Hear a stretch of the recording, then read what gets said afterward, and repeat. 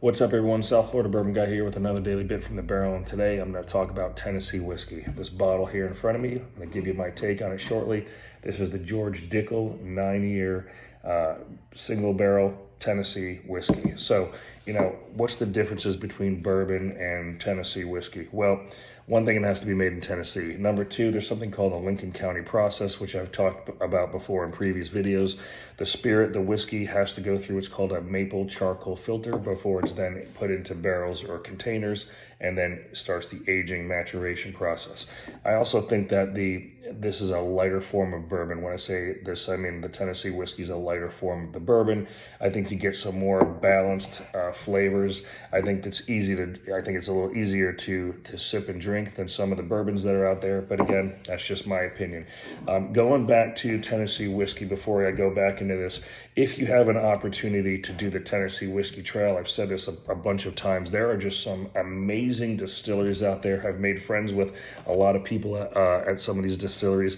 Nelson's Greenbrier, Old Glory, Nashville Bottling Company, Leaper's Fork, and again, Cascade Hollow, George Dickel. And some of these distilleries that I mentioned, for example, Leaper's Fork, I've got some friends out there. That is just one of the most beautiful distilleries I've ever been to in Tennessee. So check them out. And again, maybe I'll post the link here in the notes. But getting back to this George Dickel, this 9-year, the mash bill, 84% corn, 8% malted barley, 8% rye. That's kind of custom across the George Dickel product line. George Dickel is the second oldest distillery in Tennessee, second to Jack Daniels, right? Most of you have heard of the Jack Daniels.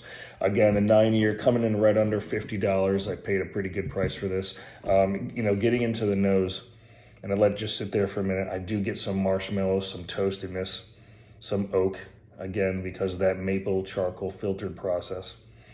Tasting it, I had a little tougher time with this one, just reading some of the reviews online. I get some chocolate notes, caramel, a lot of oak and toastiness. Smooth finish, easy to sip, easy to drink. Like I said, not too bad for the price.